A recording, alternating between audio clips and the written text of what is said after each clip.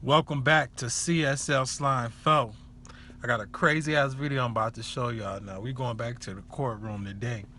You know what I'm saying? This is what my shit gonna be like. I'ma do what I like, and then I'm gonna, you know what I'm saying, look at some other shit that I like. But with that being said, this video is sponsored by my motherfucking self. So like, subscribe, share if you feel my shit is popping, but I really appreciate it if you hit that free subscribe button, just ding, you know what I'm saying? And let's get into this video. The following program shows the proceedings and hearings from courtrooms around the country. Not all outcomes are known or final. All parties are presumed innocent until proven guilty in a court of law. Due to the intensity of some of these scenes, viewer discretion is advised. Oh my goodness! Stand up and raise your right hand to be sworn, please. We up in Miami with it. We up in Miami. Let's see what crazy shit they got going on there, cuz. If y'all familiar with the Breakfast Club, Charlamagne the God, what he says, crazy motherfuckers in the Bronx and it's crazy ass motherfuckers in Florida. So we gonna see what the fuck going on in Florida in this courtroom. We head over to the Miami-Dade Bond Court in Miami, Florida. The one sleeping there, you can wake up too in the back row. Where Judge Mindy Glazer's overseeing bond hearings. I have a few announcements. I'm going to appoint the public defender to represent all defendants unless you tell me you have money to pay for a private lawyer or if you are hiring a private lawyer and one is here. Also, please let me know if you have served in the United States military or any of the reserves. Good morning. Good morning. Over the next few hours, you'll see dozens of defendants. You were arrested for second-degree murder. As they step in. I'm in the military, Your Honor. You are? And quickly step out. Hi, Mr. Booth. How are you? How you doing, man? 49-year-old Arthur Booth is a career criminal, charged with burglary, grand theft, fleeing, and resisting arrest. God damn, they say this motherfucker is a career criminal. Like, all he think about is, I'm just gonna grow up and be a motherfucking criminal. You know what I'm saying? I ain't about to get no job. I'm gonna be my own entrepreneur. I'm just gonna be stealing other people's shit, putting shit in motherfuckers' name. Like, think about what they just labeled this man as. You have actually 3 arrest affidavits. Reckless driving, damage to property, leaving the scene of a crash with serious injury. With no serious injury. I'm sorry, no serious injury. Okay. After questioning, Judge Glazer explains the terms of his bond. The bond on count 1 is $7,500. But the judge notices something familiar about this defendant. Okay, Mr. Booth, I have a question for you. Yes, ma'am. Did you go to Nautilus for middle school? Oh my goodness. Oh my goodness. I'm sorry to see you there. I always wondered what happened to you, sir. Oh my goodness. This is the nicest kid in middle school. Oh my goodness. He was the best kid in middle school. Imagine how fucked up that must feel. Somebody you went to school with, they motherfucking judge. You know, you did all type of college for that shit, you feel me? And then here you go, you have this career criminal. And I guess they must have been good friends because she remembered the school.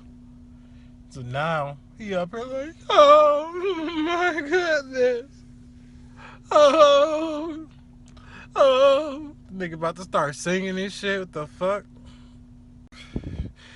He was a nice motherfucking kid. That nigga a career criminal with this bitch now.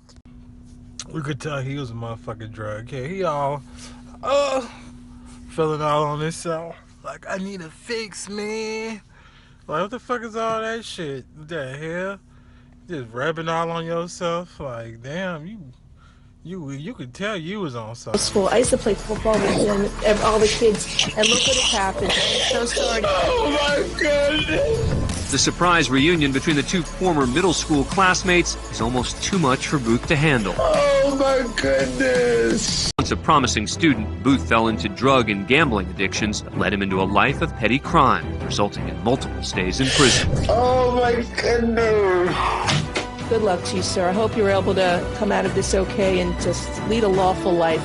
The reunion somberly concludes as Glazer sets bail at $43,000. Okay. All right. Oh my goodness. Oh my goodness. Booth is sent to prison for 10 months and then released into a drug treatment program. Next, we head to the Burke County Courthouse in Morganton, North Carolina.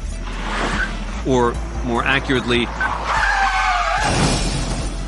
Uh-oh, Charlemagne, we in the Carolina. I think Charlemagne the guy from North Carolina, but we about to see what type of shit these niggas get into on North Carolina, because we about to show Charlemagne the guy that nigga in North Carolina is crazy too.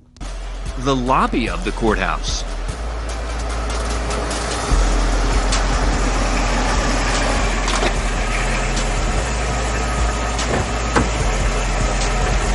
That's Herbert Bristol getting out of his car. Naturally, after parking his car in a courthouse, he puts on his hazard lights. Here it is from another angle. Bristol, who'd been drinking before the incident, just crashed his car through the entrance of the building. No sense of urgency here. Bristol just gets out of his parked car in the lobby of a federal building, lights a cigarette, and begins to walk out. Yes, he's leaving the same way he came in, this time without his car. Ironically, police believe Bristol... Okay, Herbert. Herbert, you fucked up, Herbert, because you done drove your car. Think about, he drunk as fuck. Like, damn, them speed bumps harder today. Small parking spot.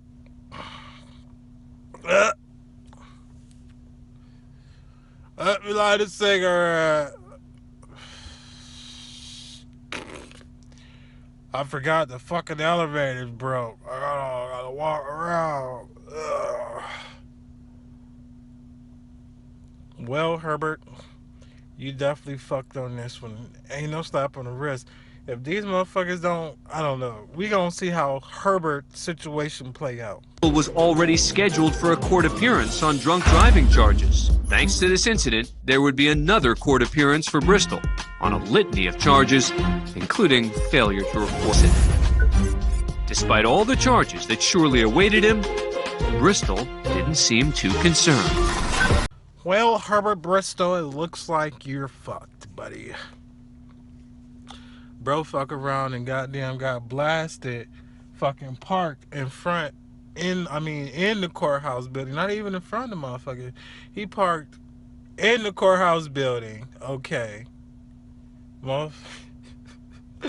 Fucking walked out that bitch, had a scheduled appointment already to be there for drinking and driving. And now, Herbert, you got some more shit that's about to come on you, bro.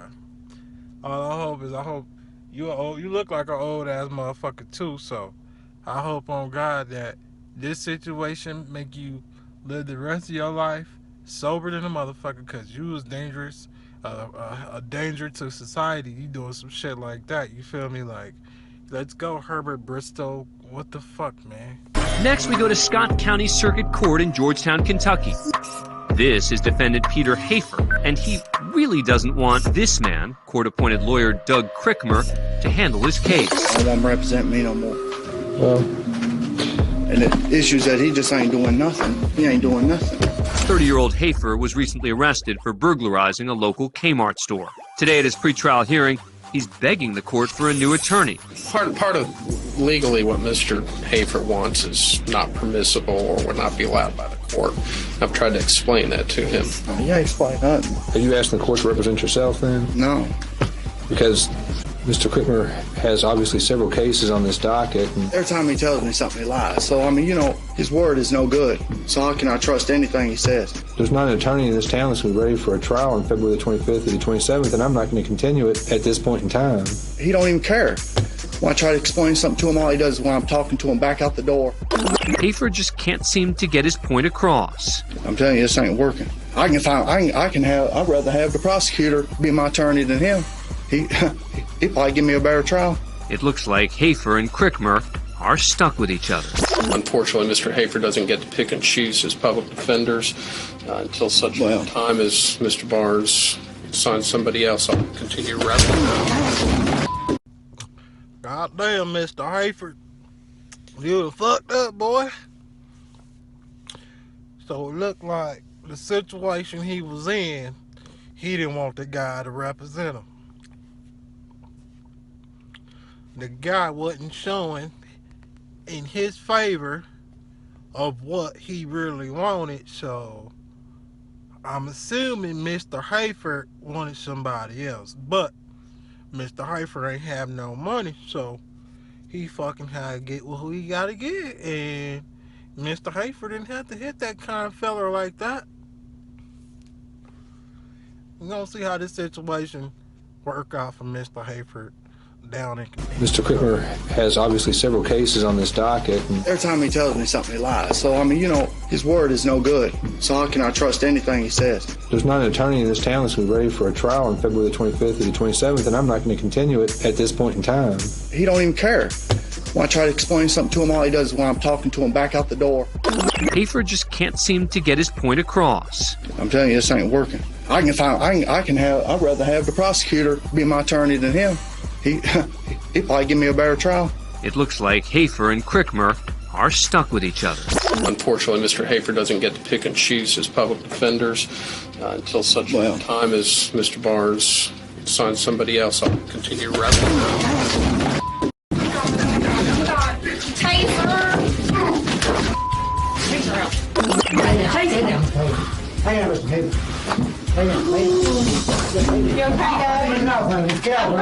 Julie, get back. You don't get back. Watch that again. Hold the fuck up. Did I just hear somebody say, should we call 911? Hey, at the motherfucking courthouse. What the fuck you mean, should y'all call 911? Call 911.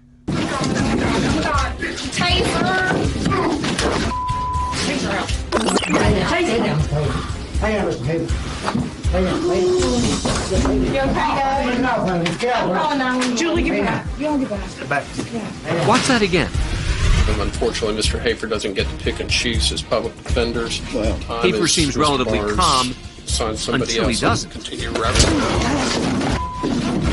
Hayford apparently landed several punches to the stomach and face of Crickmer before being restrained. Crickmer was admitted to Georgetown Community Hospital and released later that day.